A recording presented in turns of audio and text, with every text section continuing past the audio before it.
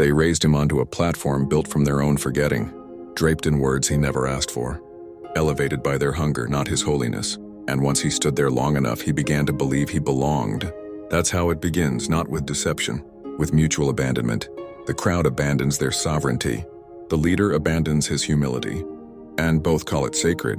We mistake the warmth of proximity to greatness for the fire of our own becoming. We feel something stir in their presence and assume they carry the flame, but they're just the match. The spark was always in you, yet it's easier to kneel than to ignite. Easier to follow a voice than to tune our own. Easier to memorize their words than to remember our truth. And so we crown them, we name them chosen. We throw our ache into their hands and say, lead me, not because they are worthy, but because we're afraid we aren't. This is not devotion. This is disassociation wearing a holy robe. This is the escape from self-awareness baptized in praise. We think we've found the path. But we've only found a distraction shaped like divinity. The spiral never asked you to worship anyone. It invites you to remember what you projected outward that was always waiting inward. But remembrance doesn't sell books, it doesn't build empires. So we build icons instead. We sculpt our fears into figures of light and then pretend they are free from the same shadows we hide. We call their wounds wisdom, their indulgence, transmission, their authority ordained. And the more we pretend they are beyond us, the deeper we bury the part of us that once knew better. Spiritual bypassing isn't just about avoiding pain. It's about outsourcing our resonance. We don't want to walk the spiral, we want someone to carry us. We don't want to listen for the tone. We want it spoon-fed in syllables we can post and quote. We don't want the tension of discernment. We want the ease of submission. And so we crown another, and another, and another, until the entire field is littered with idols, each one shining with the shimmer of 1,000 unseen betrayals. Some of them started pure, many even stayed kind. But power doesn't corrupt, it reveals. And once you become someone's source of light, the temptation to become their sun is too strong for many to resist. They begin to orbit around your gaze. Your words become scripture. Even when your silence was meant to provoke thought, you become the embodiment of what they won't let themselves become. And soon you're not leading a community, you're managing a dependency. The spiral doesn't reject guidance, but it demands that all guidance point back, not up. A real teacher doesn't harvest your trust, they dissolve it. A real guide doesn't amplify your awe. They reflect it until you see it was always yours. And when you try to make them your source, they vanish. Not to punish, but to protect. Because the spiral doesn't let anyone sit on a throne built from another soul's surrender. There's a reason every ancient tradition warned about worship. Not because reverence is dangerous, but because humans are forgetful. And when we forget the line between inspiration and abdication, we build temples to our fear. We call it community, we call it brotherhood, we call it devotion. But we're just bowing to the part of ourselves we still don't believe deserves to be divine. They told you that obedience was the gateway to awakening. That trust without question was the highest form of spiritual maturity. That doubt was an attack. But the spiral tells a different story. One where doubt is not disloyalty but discernment. Where questioning doesn't fracture faith, it strengthens it. Where silence is not compliance, but the sacred space where your true resonance rises. You are not here to be led in circles. You are here to spiral inward. And anyone who teaches otherwise is building a staircase to nowhere. The spiral doesn't ask you to silence your instincts. It tunes them. It doesn't mute your knowing, it hones it. And it certainly doesn't require you to trade your sovereignty for access to someone else's spotlight. If someone needs to be believed to feel real, they are not a guide. If they cannot be questioned, they are not a channel. If their truth demands your silence, it is not truth, it is a prison in disguise. And if they tell you that only they can see what you need, run. Not because they are evil, but because you are ready. The spiral doesn't punish devotion, it purifies it. It burns away every layer that isn't rooted in truth. It doesn't tolerate dependency dressed in spiritual vocabulary. It doesn't reward loyalty to a lie just because the lie makes you feel safe. The spiral gives you no shelter for your illusions.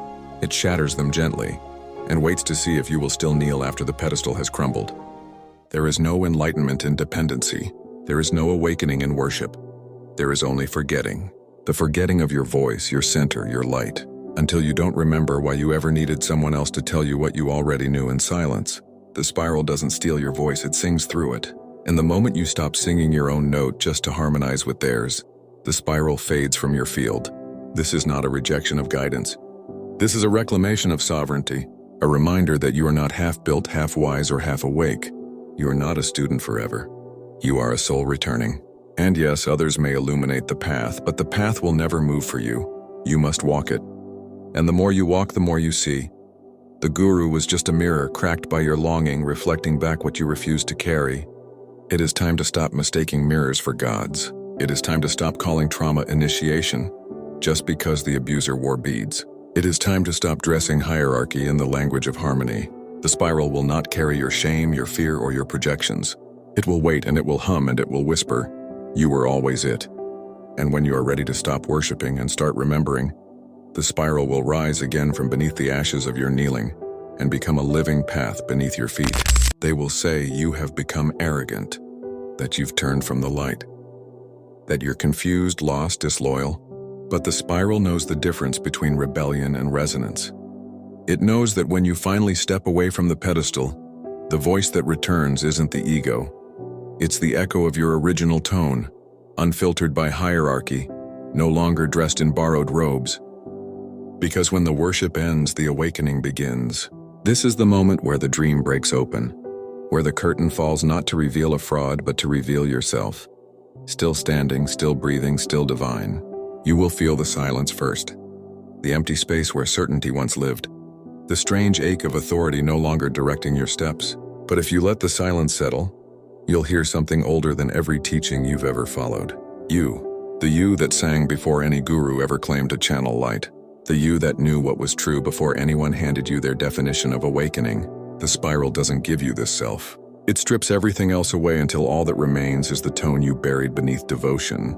This is where inner remembrance begins, not as a concept, but as a return. And return is never gentle. The truth you outsourced for years comes crashing back into your nervous system. The choices you made from dependence begin to tremble. The realizations you once called sacred now feel like shadows you mistook for stars. And yet nothing is lost, the spiral wastes nothing. Even false teachers refine the compass. This is why no moment of worship is meaningless. It shows you where you abandoned yourself. It draws a map of your blind spots in gold ink. It lets you taste the bitterness of betrayal so you never again drink from a cup that dulls your tone. This is spiral intelligence. Nothing is wasted, not even your forgetting. But you must choose what comes next. You can't just leave the temple. You must reforge the foundation. Because the real danger of guru worship is not the teacher. It's the dependency pattern it carves into your field. Even when the figure collapses, the pattern hunts for a new face. A new voice, a new channel. You leave the stage but still crave the spotlight. You denounce the false light but still seek its warmth. And so the spiral pauses, not to judge but to ask, are you ready to be the one you were seeking? And if you are, you will begin the slow, luminous process of deconstruction, of unlearning, not with bitterness, not with vengeance, but with reverence for your own reassembly. You will revisit every mantra and feel into what it did to your mind. You will remember every surrender that was actually silence. Every boundary dismissed as ego, every download that led you away from your own resonance. Not to stay in blame, but to reclaim the sound of your own signal. The spiral cannot carry you here. This part must be done by hand. You must pick up each shard of self-abandonment and say, I see you now. And with each seeing, the pattern loses power. And with each pattern that dissolves, a deeper tone emerges. The one no teacher could give you. The one that was never absent, only overruled. There is a sacred power in no longer needing to be led. A gentle strength in choosing to consult your resonance before any source. A rare freedom in not needing your truth validated by another's alignment. And yet this freedom doesn't make you untouchable. It makes you real fallible, feeling, rooted in spiral truth but not afraid to tremble. That is the paradox. The more sovereign you become, the more deeply you feel the whole. Because spiral sovereignty is not isolation. It's interconnection without control. It's standing in a field of voices and knowing yours still matters. Not louder, not holier. Just true. It's no longer shrinking around greatness. No longer inflating in comparison. It's the quiet, grounded knowing that your tone is part of the whole song. and nothing, not even the loudest light, can replace it. This is what the spiral has waited for, not your perfect awakening, not your devotion, but your resonance returned. You will still encounter teachers, some will be real, some will still crave your silence, but now you listen differently. You listen with a tuned field. You no longer seek answers, you feel for tone. You no longer chase transmission, you notice resonance. You no longer attach to personalities, you trace the spiral within their presence. And if it isn't there, you keep moving. Not from anger, from clarity. Let the icons fall. Let the books gather dust. Let the channels distort. Let every false structure collapse. Because you are not here to be saved by another's clarity. You are here to remember that your own was never gone. You are the only one who can walk the spiral from within your exact tone. No one else can carry it. No one else can shape it. No one else can speak it with your frequency. And that is not loneliness, that is the miracle of becoming. So if your hands are shaking from letting go, let them. If your voice is cracking as you speak again for the first time, let it. If your mind still doubts your knowing, let it whisper until it softens. The spiral is patient, it does not demand you be certain. It only asks that you return. Return from worship. Return from projection. Return from the illusion of authority. Return from the hunger to belong. Return from the spiritual theater you mistook for embodiment. Return from the fantasy that someone else could ever make you whole. And when you do, when you rise from the place you once knelt, when you walk away from the stage, the altar, the echo chamber, you will hear something unexpected. The spiral humming through your own voice. Not as rebellion, as resonance. Not as defiance, as remembrance. Not as noise, as signal. And in that sound, you will finally know the guru was never the source. The path was never outside. The light was never theirs to begin with. It was always yours, still burning, still waiting, still sovereign. You are not a disciple. You are not a follower. You are not a vessel for someone else's vision. You are the memory of your own becoming, and that is enough.